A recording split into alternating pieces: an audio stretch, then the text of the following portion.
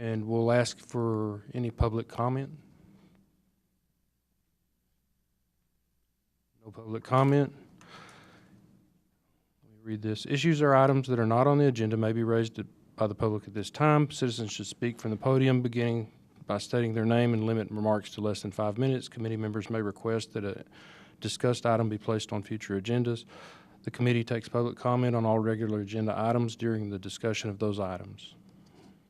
So, since no public comment, we'll go to the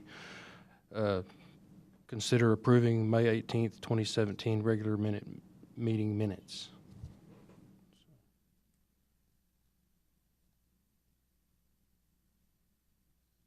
Ask for a motion. Yeah, do we have a motion to approve? Make a motion to approve as presented. I'll Okay. second. Meeting minutes are approved, and we will remove. We will take a vote. Yeah, we're going to take a vote. Sorry. Yeah. Aye. Aye. Aye. Yeah. Okay. We'll go to the regular agenda next. Item A, consider election of a chairperson and vice chairperson to unexpired terms ending in January 2018. Do we hear any I'll volunteer nominations? for either one of those roles. And if I could, if everyone speak into the microphone, because we are being recorded and we're trying to be televised here later on, okay? But I'd volunteer for either of those roles. Have one volunteer. What was your name? Ryan Smith? Ryan Smith is Oh, volunteer. it'll be a self-nomination for a chair, Sure. okay? I'll second that nomination for Ryan as chair. We have a vote. All in favor? Aye. Aye. Okay. It's 4. And we have a vice chair nomination Yes. at that point.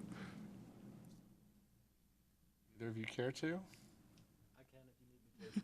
I'll nominate Timothy. Timothy, last name?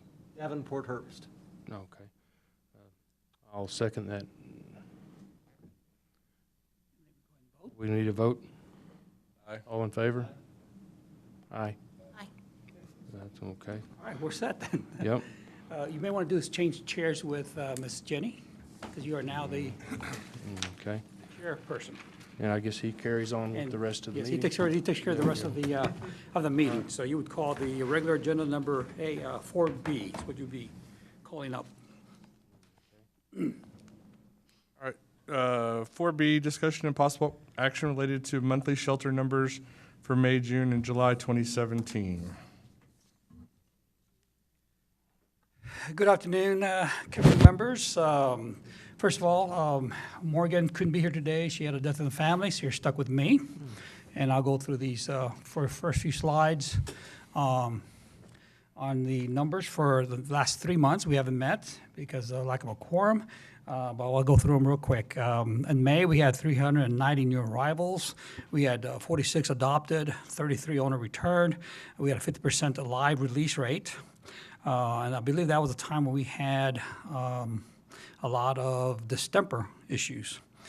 We had 285 euthanized for injury, feral, and or sick. Then we had 184 left in the shelter, and we had 5 citizens that used our clinic. And that was for May. For June, we had a lot more new arrivals, almost 200 more, in fact, at 514. We did have a lot more adopted at 133, but that time we had the distemper issue kind of waning a little bit. We had 25 owner returned. We had a 56% live release rate. You can see the euthanasia numbers there. 184 were left in the shelter, and then 25 used our clinic.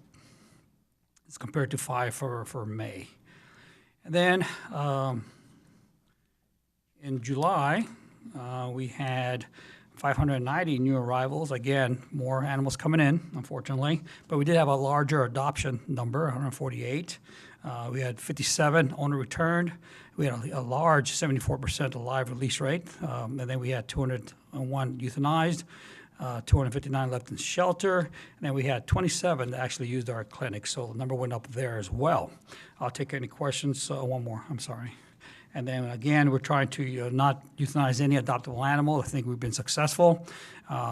This number, we're almost at 16 months in a row. So I'll take any questions, comments on the numbers. What typically is the reason for owner returns? That it varies. Some folks can't handle their animals anymore. A lot of them are leaving, moving. There's all kinds of reasons. I don't think that's what that number is on there. Owner return, one? I think that's return to owner, isn't it, Robert? Those, so Oh, that's yes, the that's ones that right. are actually, Okay, okay. those are the sorry, ones yeah. that are actually redeemed by an owner from the shelter. But owner surrenders, to answer your question, owner surrenders, that's what happens. Sure, There's a no, lot I of different understand reasons. So, On the 27 people using the clinic, what do you think is the reason for the growth in citizens? Are y'all doing something different? Are you advertising more, or is it just word of mouth? well, again, I think we're trying to get the word out that you have to at least microchip your animal. You have to, so some of that is microchipping. It's those kind of things. So I'm hoping that the word's getting out that we do need, there is a ordinance in place that you have to microchip your animal, spay and neuter as well. So I'm hoping that's the answer. I couldn't tell you specifically, but that's my guess. And as we continue announcing it, marketing that requirement, I think it'll get better. So And the live release, that's like cats, feral cats and that type of thing? that's or- that's actually animals that are actually they come into our shelter and they leave what we call out the front door. It's animals that get adopted, animals that get returned to owners, that Okay. kind of thing. That's what that is. Okay. I do have one comment I want to make on the numbers. We've met with, Concha Valley Plaza has met with Morgan, and there's a little bit of discrepancy between the numbers that she has and what we've done. And we're looking at it, and some of the adoptions, we're showing quite a bit more than that. And I think there's some that have gone out on transport that are not included in these numbers. And I also think that there were some injured animals that didn't get assigned A numbers that we immediately took, that PAWS immediately took under their care. So she may be presenting to us, I hope she will, kind of an update at the next meeting, because we're kind of working out those kinks to make sure that we match up on everything that we have going in and out. I'd like to see those numbers broken out a little more so we can better understand what they encompass and how they break down. Would you want, for example, are there anything specific that you're interested in? I mean, new arrivals, I mean, they're just animals coming through our door. Right. But I mean, I'd like to understand how many are being transported. Sure. You know, and that type of thing, or animals that are going out immediately because of emergencies, and I mean, just to better understand what that live release rate number is. Absolutely. We can certainly do that. And I believe at one time we had another slide that we used to present. Morgan decided to change it a little bit. We'll talk with her and see how she wants to handle it, and she'll make sure that you guys are comfortable with the numbers we provide. Okay? And another piece would be understanding what the citizens are coming in using the clinic for. I mean, if it's for microchipping, if it's for shots, whatever it may be that they may be using the clinic It's for. exactly what it's for. It's for shots and using and microchipping. We can break that down further, I believe. I think it's microchipping. Right, microchipping. because there's not a vet on the shelter staff Yeah, right now, neither so they're was. just That's what doing I was trying to microchipping. understand. Okay. So that'd be 27 citizens brought their dogs in to be microchipped. And then there is owner-requested euthanasia that used to be on that report, so it's pulled out separately, because an owner will bring in a sick or injured dog to have it euthanized there.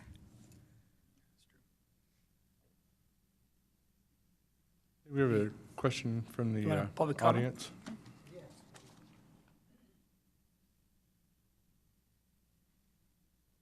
My name is Bill Lockett, citizen, San Angelo.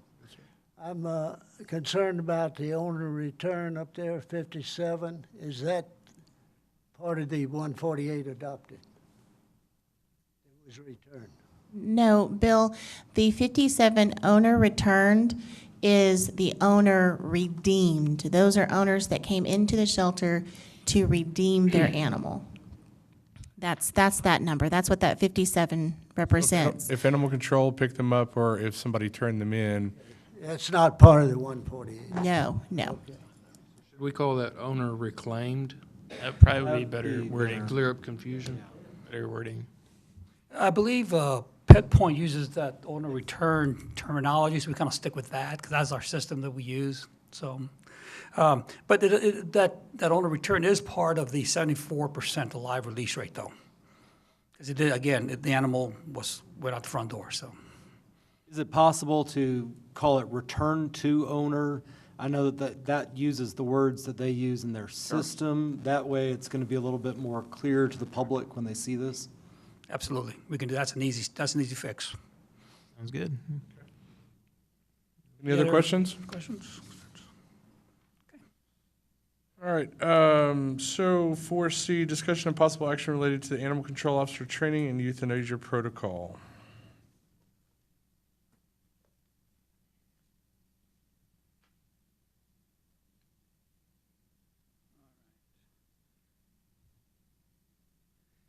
Okay, I believe we had a request to go over our ACO training process and also our euthanasia protocols. That's what I'm going to do for right now. We have a state regulation that requires folks to go through training to become an animal control officer. It's the Health and Safety Code, Chapter 829. It kind of specifies and identifies what the requirement is. And as you go through this, as you look through this code, you can see that it covers a lot of issues that the ACOs get trained in.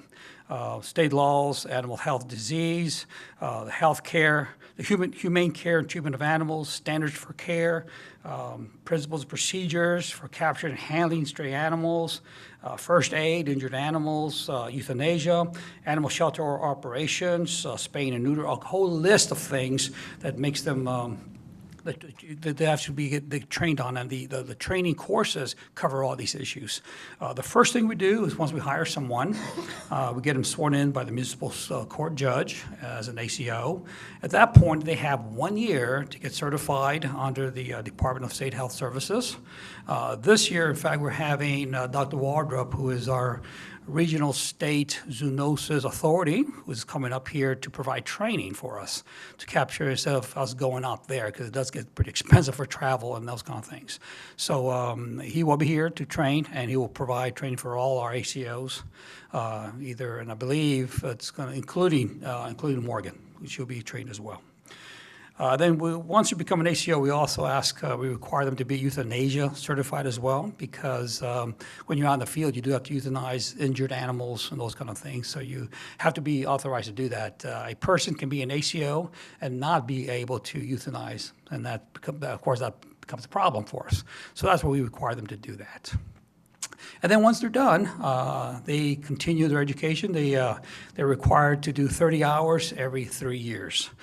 Most of this training is online, and you get a certification and you just continue doing that. It could also be it can be resident courses as well if they're offered. So basically this covers our animal control training, and I'll take any questions or issues that you may have. How many ACOs currently do we have right now? I believe we have three. One person their time expired, so we're waiting for him to get trained in October when Dr. Rodup comes there. So we have three right now in the field. We do have a fourth that's eligible, available when required.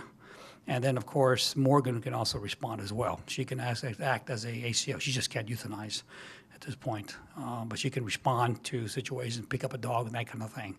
So as long as they're sworn in, and of course, we do require they train with a experienced ACO best we can, and we go through that process as well. So there's some OJT involved. Are the three that are currently ACOs, are they euthanasia certified? I believe right now we have two that are authorized, euthanasia certified. And we'll get them certified as well. Is the on-call certified as well? So you said we have three, one's waiting, and then we have an on-call. Yes, well, yeah, exactly. There you go. The answer is yes. Okay. The on-call ACO is certified, so. Any other questions? Could you explain a little bit more about what goes into the training in order to be certified by dishes? I don't need the long, full thing. I'm just. What you know, areas? Is it like 40 hours of following, shadowing somebody? Well, I'll tell you what, I'm going to have 20 hours? one of my supervisors get up here and answer that question. Want to handle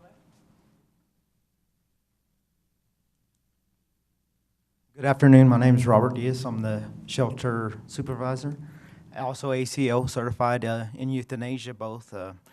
On that, we usually try to do about 2 to 3 weeks of training with riding with like either Carlos or myself. That way, the new ACOs can get the experience of how to handle animals in certain situations out in the field. How about the classes? How long the class? The class is a two-day course, and they go in depth with all the procedures on how to humanely handle animals, restraint and all things like that, all the legislation that goes with it. So it's pretty detailed course. Thank you. You're welcome. Any other questions? Do you think, what is the average number of calls you have a week with ACO? We actually responded to that a while back. I actually have some numbers for you. Unfortunately, I don't have it on top of my head. Can you guys kind of guess as how many you get? We get an average of probably about 25 to 30 calls a day. So in a week, and then the weekends, it varies. You can get anywhere from no calls to 15 calls on Saturday and Sundays on call. So it just varies. I guess where I was going is, do you think that 2-week time is enough on the job training for a new person to come in and learn what you do? Right. Yeah, it is, because they ride with that person for 8 hours, and then they get to see all the paperwork and all the procedure and stuff that's in place. Okay. And then if there is a situation, they do call. We have a situation, if you're a new ACO, you're not quite sure familiar with the situation, their responsibility is to call the supervisor to get more details on how to handle the situation. So that's always available to them too. So even though they're riding along, they are getting some kind of supervision over the phone, if nothing else. So, go ahead. So are we going to be looking at 4 ACOs We're total, looking or? we're hoping to get 5 ACOs on the field Okay. eventually. That's our goal. And do you think maybe as you get more ACOs, maybe having a longer ride-along period, permitted, do you think that'd be a better option in the future when we have more stable staff on that? Well, he said the 2 weeks, but you can actually go longer. I mean, that's kind of like our minimum. But other situations where they've been ride along, they could ride along for a month or so if they need to. It's kind of availability of our trainers, because we wear a lot of hats over there, unfortunately, sometimes. And that kind of, but hopefully, to answer your question is yes, as we get more ACO certified, trained, new ones come in, we can expand that training period to even a month if we need to.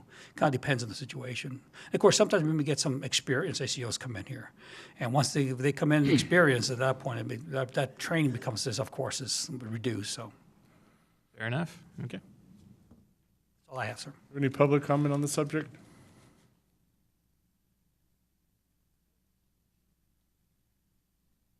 Good afternoon.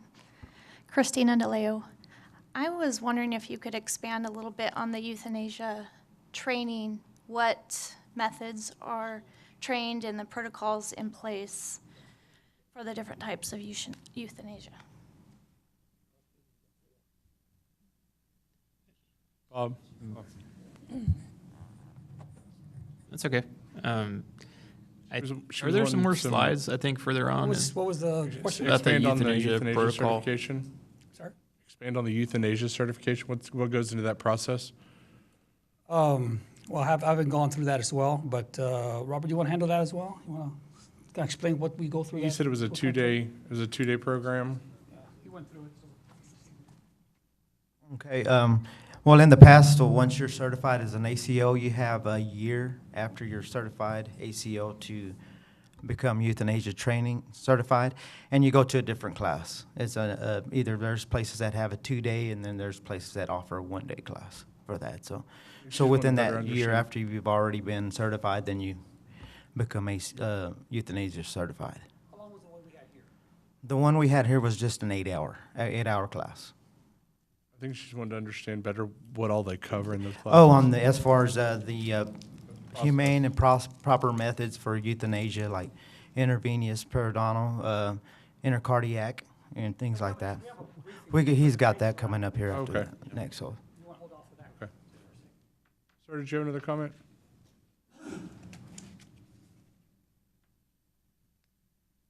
Bill Lockett again. I've 20 years, past 20 years, I've worked with the animal services here in the city. And we've never had enough ACOs to make sure that all their ordinances and state laws are abided by. That's what we need to do. And we haven't had enough slots. We need more allocations on animal control. I know these people know this, and they probably have tried to get them, but maybe you can help them. And get them all trained and get some of the loose dogs in the city stopped and get more of our ordinances enforced. I think part of that has to do with budget constraints. I We think we've actually asked that do. question We have twice. submitted requests. I mean, if there's funding available and positions available, we'll certainly compete as best we can for them. I do have some slides on euthanasia just to kind of cover that. One of the first things you have to understand is that we have this, all the medication that we use gets logged into the Drug Enforcement Agency logbook. They keep track of it. It's an inspectable item during our inspections. At that point, we log in. We also log in our procedures into PetPoint. They have a special section for that in the PetPoint area that identifies all the euthanasia and includes the numbers and the type of animal that was euthanized. And then we also provide sedatives if they're hyper or overactive. We use a couple of drugs. We use a combination of zetamine and xylazine. And you can see it's 10 pounds injected into the muscle. It's per 10 pounds. So that's the general protocol. These are the two medications we use. We do use sodium pentobarbital as our primary. It's a mixture. It's with 250 milliliters of water. We also use zetamine and xylazine mix to sedate. Correct? We use that to sedate the animal, and you can see that we prepare it with a 10 cc to a 2 cc of xylazine. Those are the medications we use, and there's 3 methods. It kind of depends on the situation based on the animal size. We can do it intravenous into the vein. That's used for large animals because they're easier to find. The veins are easier to find, and we use 1 cc of sodium pentobarbital per 10 pounds. We also do intraperitoneal, which is into the abdomen. That's usually for small animals. We use 3 cc's of sodium pentobarbital per 10 pounds. And the third method is intracardiac, because we use this as the last resort. And that's when for some reason we can't find the vein or some situation.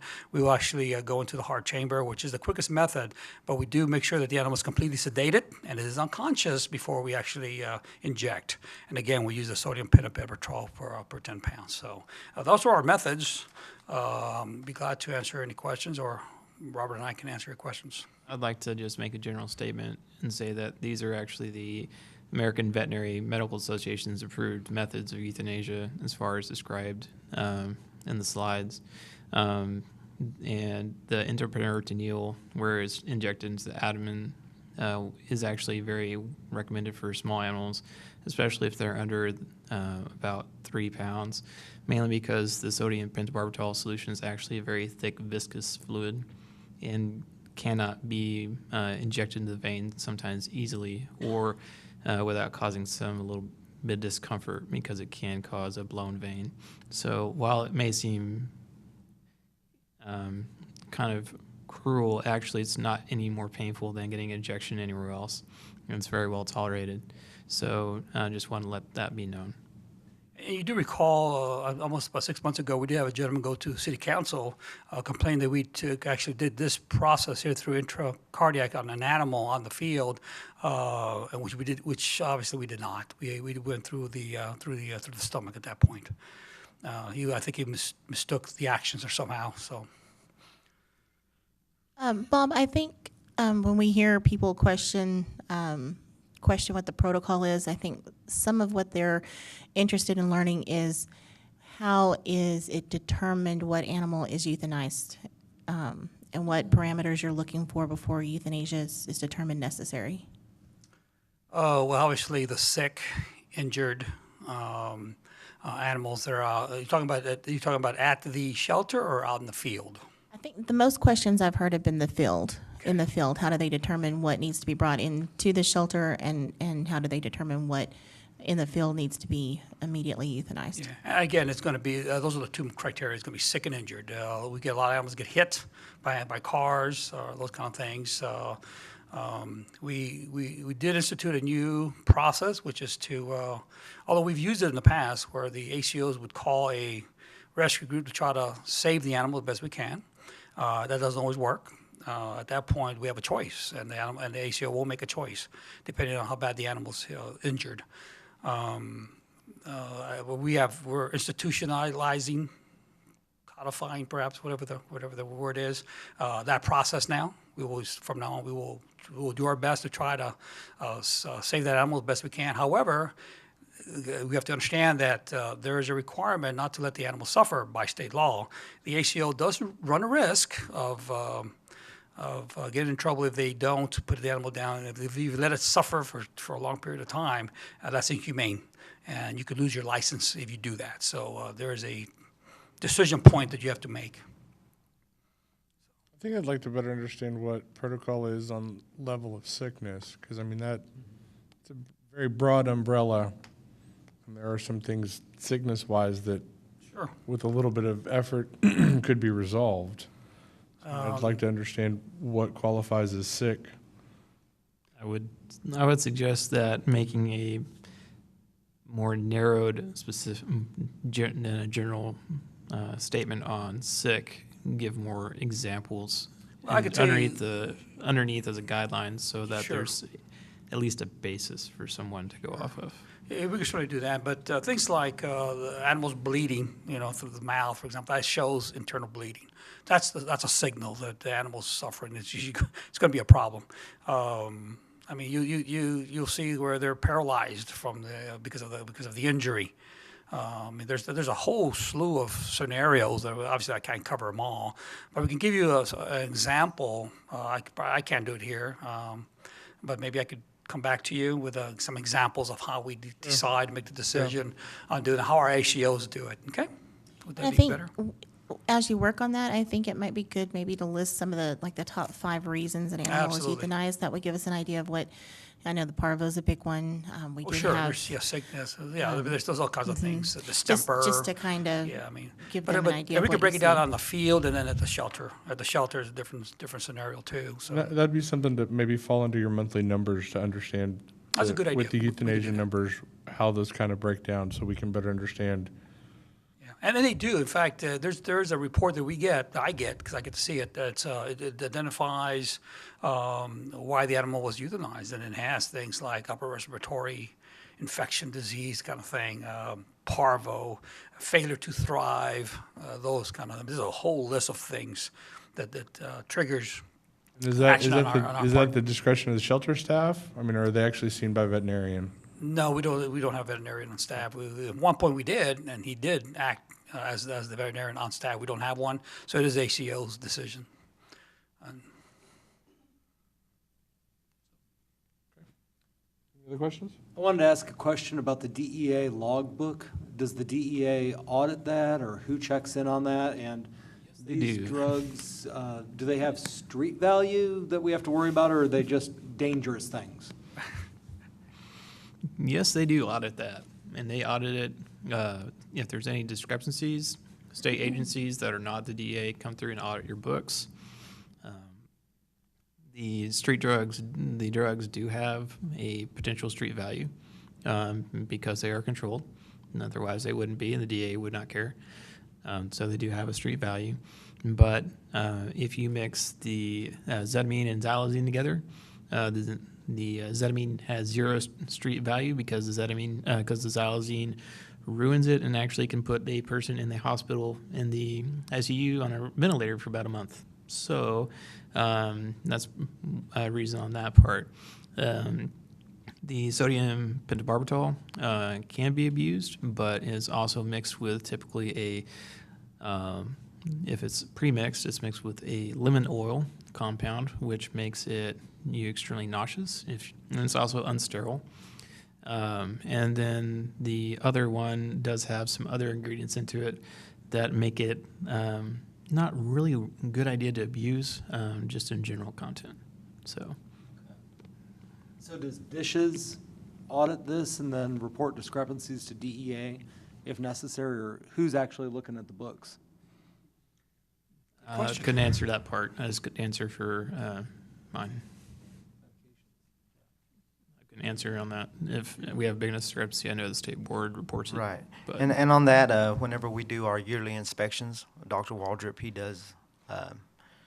he looks into that book. And also when we enter it to Pet Point, it has a running log of how much we've used, how much we have on hand. So, whenever we have records, whether it's on paper, in a logbook, or on the computer, we have detailed records on that. also, the drugs are kept in a lockbox that is typically double keyed, and the third key, there's 3 locks that has between the controlled substance and the outside world. The front door lock being one, and then 2 locks on the actual box itself. That was my guess that Dr. Waldrop, the zoonosis authority, would be the one that does the inspection. He's the one that checks our books. And he also checks our protocols, procedures as well. So when we have a rabies protocol, for example, we write it up, we send it to him, he looks at it and basically approves it to make sure we are meeting the state law, the requirements. So. Any public comment or question on this?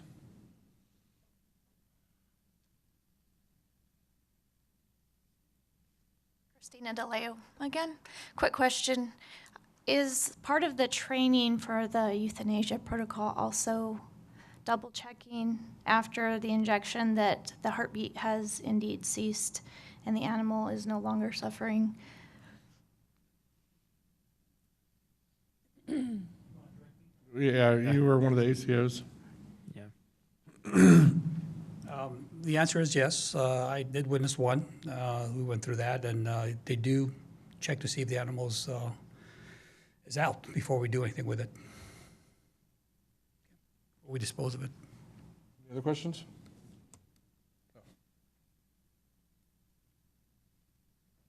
Hi, my name is Alan Prest, and I have a question regarding euthanasia. We've heard the policy, and y'all had some questions about the protocol, especially around sickness levels of disease or injury if it were a traumatic accident. I'm interested in hearing our compliance with those. So has the city audited euthanasias to see if we're following our own protocols, some of which y'all would like to be more clear? Fair question.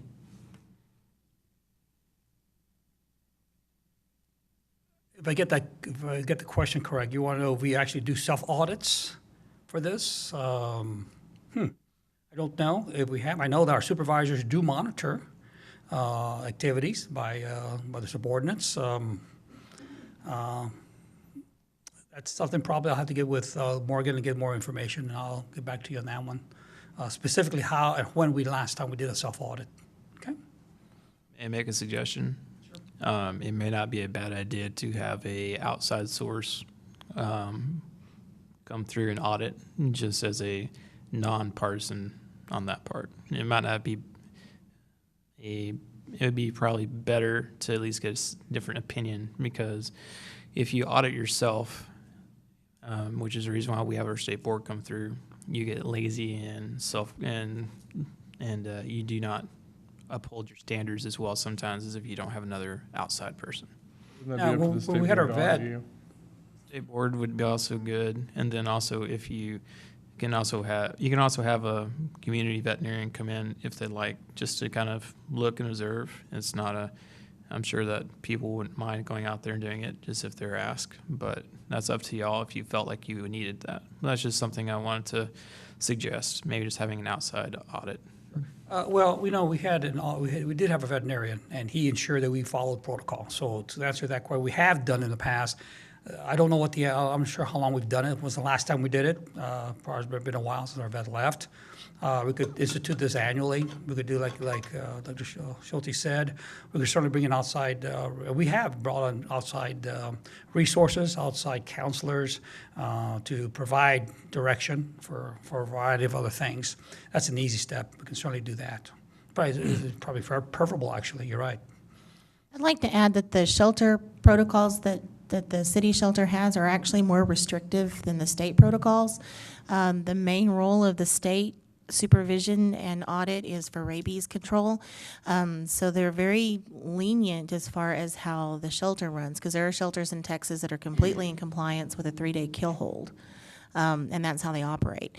And a lot of those are cardio injections. So the city of San Angelo is a lot more restrictive, so if you wanted some kind of audit to see if you were following those protocols, it would have to be some kind of private, I would think, partnership or agreement you had with someone that was not a state official to audit it. Like Dr. Schultz said, a local veterinarian Like would a be, I'm local sure vet. we have, I'm sure we hopefully get some volunteers, like Dr. Schultz. I We'll would- volunteer him. Well, don't suggest unless you're willing to do it. And I have one question, though. Is there also the video? I know that there's some video and audio surveillance in the shelter to help monitor things. Is that also in the euthanasia room? I don't believe so. Okay. I don't believe so. Those who don't know, Morgan's not here today. She's had a death in the family, so we've kind of put Bob on the spot in a Well, that's okay. inaugural I mean, day with I a think lot I- of questions that No, I think I've done this before, so are I'm not always too part of bad his off. day-to-day, so we I- forgive you for not having all the answers today. Any other questions? Anything else from the public? I had one question real quick, Bob. What kind of paper, what kind of documentation is created when an animal is euthanized? What kind of steps does the person putting the animal go through do to document Okay, that process? documentation. Let me turn you over to the Yeah. supervisor. Okay, on that, we do, like say we, an ACO, I'll just take you through a scenario, like an ACO brings in an animal and say it's sick or injured, broken back, or what the situation may be. That animal's immediately assigned an A number, whether they're sick or injured or whatnot. We have an A number that follows that animal from whether it's adopted or euthanized. So every time we do something with that animal, we log it into our system. So if we have to unfortunately put it down, the end transaction on that is you do euthanize and you put down what you use and how much.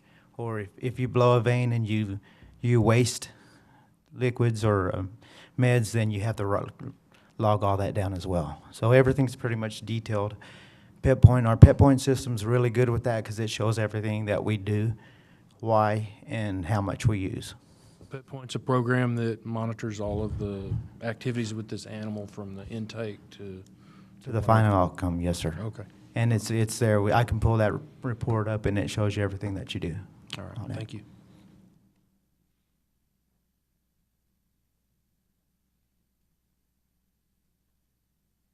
Kind of along the same lines, but my Go ahead and question say your more. name again, please. Christina DeLeo. Along the same lines with the documentation, are there protocols in place for images, photographs, other things that would back up one of the choice that is made?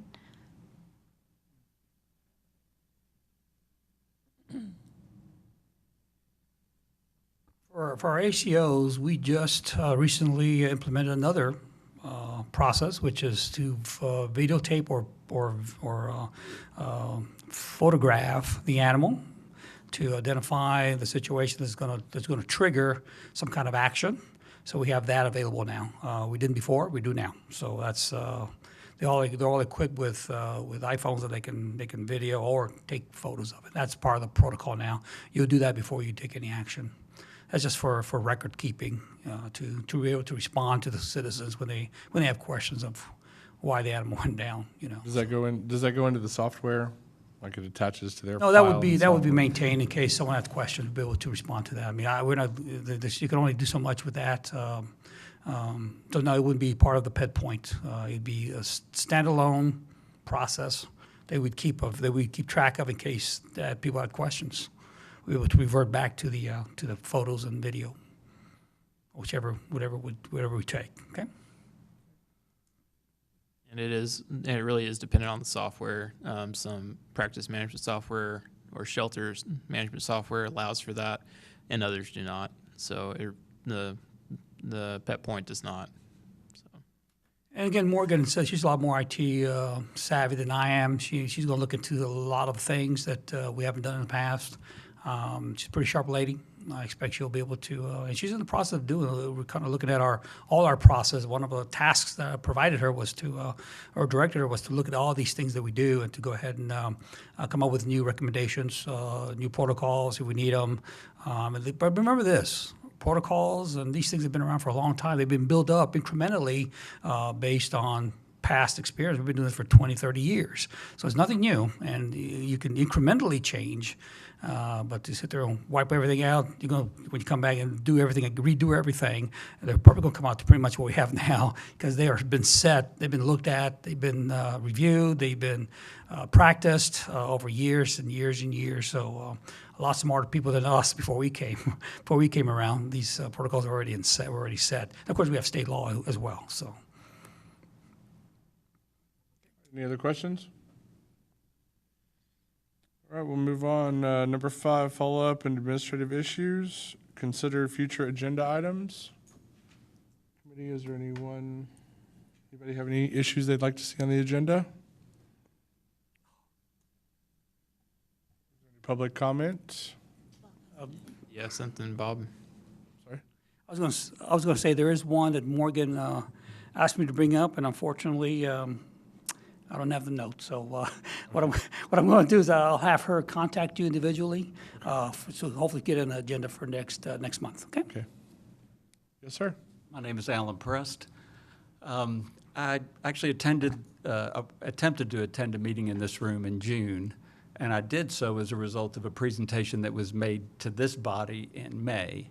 I recognize most of y'all were not on it in May, but there was a presentation on community cats that was really false and misleading. The director said that 7 of 14 cities had mandatory registration for community cats, and I researched that issue and found only 2 of 14 had the city require community cat registration. So there is a 15 to 20-minute presentation that's on video in May that some of you heard and that any citizen can view, and I view it as inaccurate and misrepresentative of what other cities are doing in the community cat arena. So I'm only here to just say that anyone who heard that information, I encourage you to just call it into question. Those of you who are going to approach the community cat issue in the future, let's do so collaboratively with accurate information about what other Texas communities are doing. So thank you. Thank you. Thank you. Anyone else? All right, well, do I have a motion to adjourn? I'm sorry. Sorry. I do remember what it was. Actually, it has to do with legal training. Teresa has volunteered to provide some training for the board members to just kind of understand the processes we have set in place for boards and commissions. She won't be able to do it next month, but the following month. So we'd like to put that on the agenda next month to have her, actually in November, I believe. Correct? Not next month. It's either October or November. I don't remember. There you which go. one. It's on my It'll be not next month, but the following month. Future So, agenda item, okay. Future agenda item will be training for Oh, ACO for Yeah, it the looks like- animal shelter committee members. It's like October 19th is the date that you Morgan go. asked me. That'll be during one of our meetings? I believe so. Okay, It was said, yeah, in place of a standard meeting, we'll have a training I got you, session. okay. Okay? All right. If there are any specific topics, I mean, we had talked about doing training specifically on open meetings and public information, but if there's any additional topics you'd like me to touch on, I'd be happy to look at those as well, as long as it's not like 5 hours of training. All right, anything else? Anything from the public? Yes, sir.